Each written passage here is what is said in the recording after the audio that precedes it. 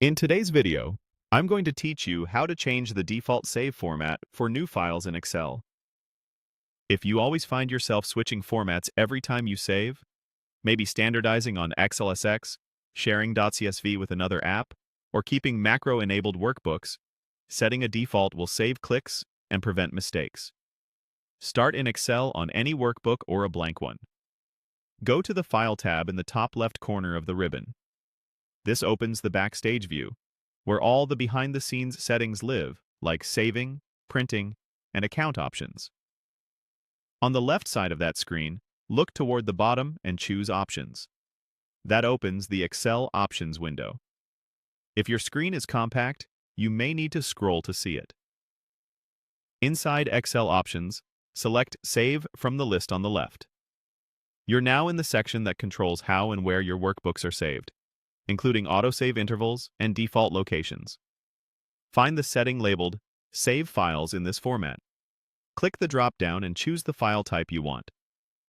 Excel to use for every new workbook. A few quick tips while you decide.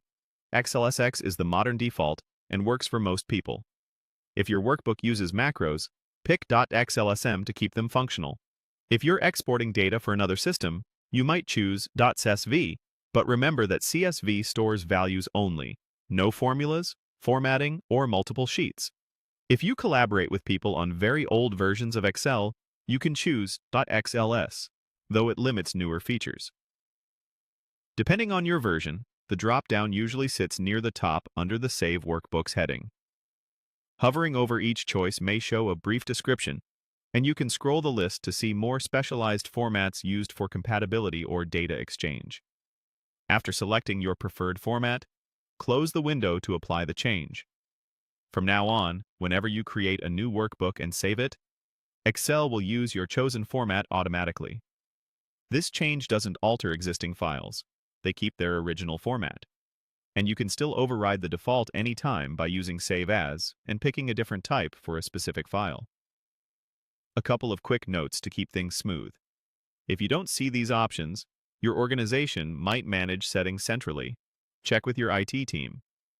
And if you switch between projects that require different formats, consider setting the default to your most common choice and using Save As for exceptions. That's it. You've set Excel to save new files exactly the way you want, reducing clicks and helping ensure consistency across your work.